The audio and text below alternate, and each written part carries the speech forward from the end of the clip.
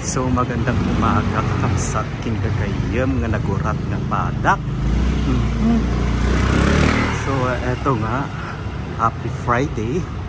And ito ang kwento. Kung alam ko lang na wala pala akong pang umaga today, so matutulog na lang sana ako, sayang yung oras. Kaso nga lang, eto, naglalakad papunta na sa aking pangalawang work. Buti na lang pumayag din naman yung aking trabaho sa panghapon. So at least isahan na ang aking lakaran.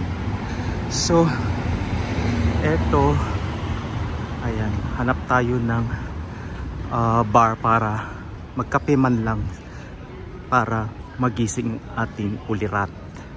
So anyamet ten senyora kon nga nagurat. Naging bag ti maturo ket nay pinamot laki ti abison nga awan gayam ti trabaho tatta nga bigat. Ay, yaya nga ti social nga pagkapyan dito ita mapantay man pagkape. Na-try ko ating nga kape, so yan, kakape tayo. Ay, yag ay sa mga OFW. Lumakay ka tao. So tara, magkape po tayo dito sa Granayo. Yan. Ewan ko kung tama yung pagkakabasa ko dito sa pangalan. Yan. Kape tayo dito. Na-try ko isang beses. So parang ako lang naman yata. Wag na. Parang ako lang naman yata ang nandiyan. So wait lang. Kape tayo. Saan ba tayo magkakape? Okay.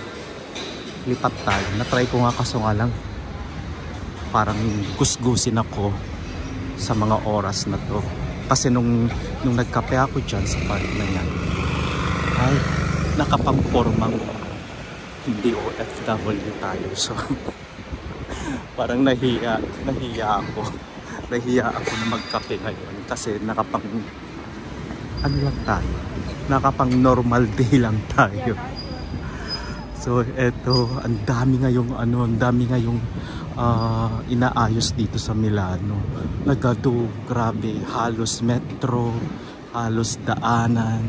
Yan, nag-aayos sila. So meaning, mayaman pa rin ang Italia kahit papaano dahil marami silang perang pang-maintain ng kanilang lugar. Ay, eko.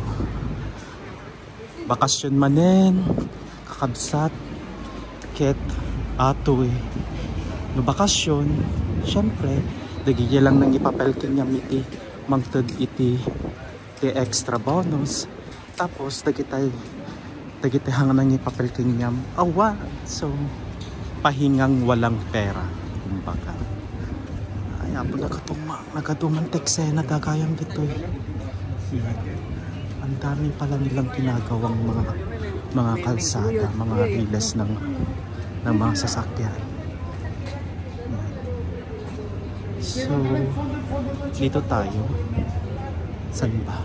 Dito tayo para malapit lang sa pagkukuhanan ko ng doon na tayo sa parte sa bandang dito para mas malapit ako sa aking masasakyan papunta sa aking work.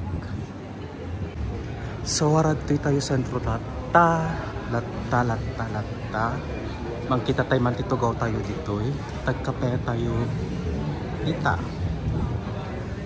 Meron naman upuan dito kaso nga lang parang gusto ko dun sa may okay, pwede naman dyan sa may kilid dyan. Ayan. So magkakape tayo dito ng brioche. Anong magkakape ng brioche? Magkakapuccino tayo. Busy nante. Nasa dinaro doon. Ag-order tayo. Ay na nagginagayam iti kape macchiato ay kape cappuccino dito 3.80. Ay na para lang makatugaw dito makarelax kasi pagkape tapos makita dito nga view di ba? Nagadat makikita yung tattaon pasipay kita Diyos mo, yung pananginang kaya ito'y kakabsat king gagaya mo na gurat. Oh, Japan. Ecco, maratan. Grazie. Grazie. Zucchero. Ah, ok. Grazie mille. Zucchero ka na to'y. Ay, Jetan. Ito tayo. Ah, bay na kita. Okay. Ito tayo. So, tati binayadak tit 380 euro para lang makaupo dito. Yan. Relax tayo mamatbasit. Good na hapo. Trabaho. Diba? Panalo.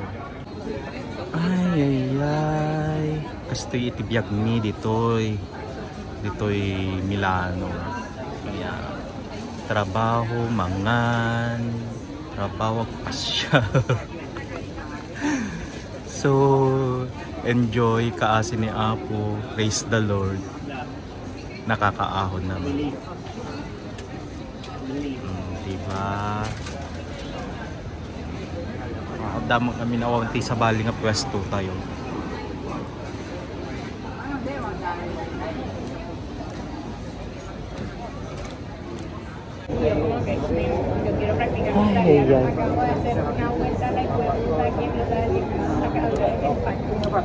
Kapi tayo kakabsat king Cagayan.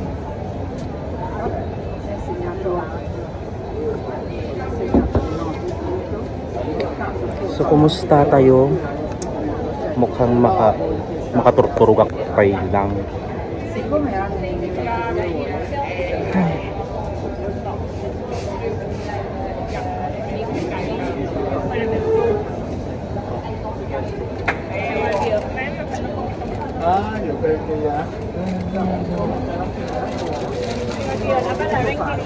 So hanggang dito na lamang mga kabsat kin Cagayan para i-enjoy kumutpasit ato'y kapek niya.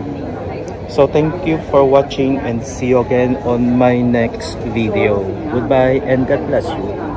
Naantok pa ako.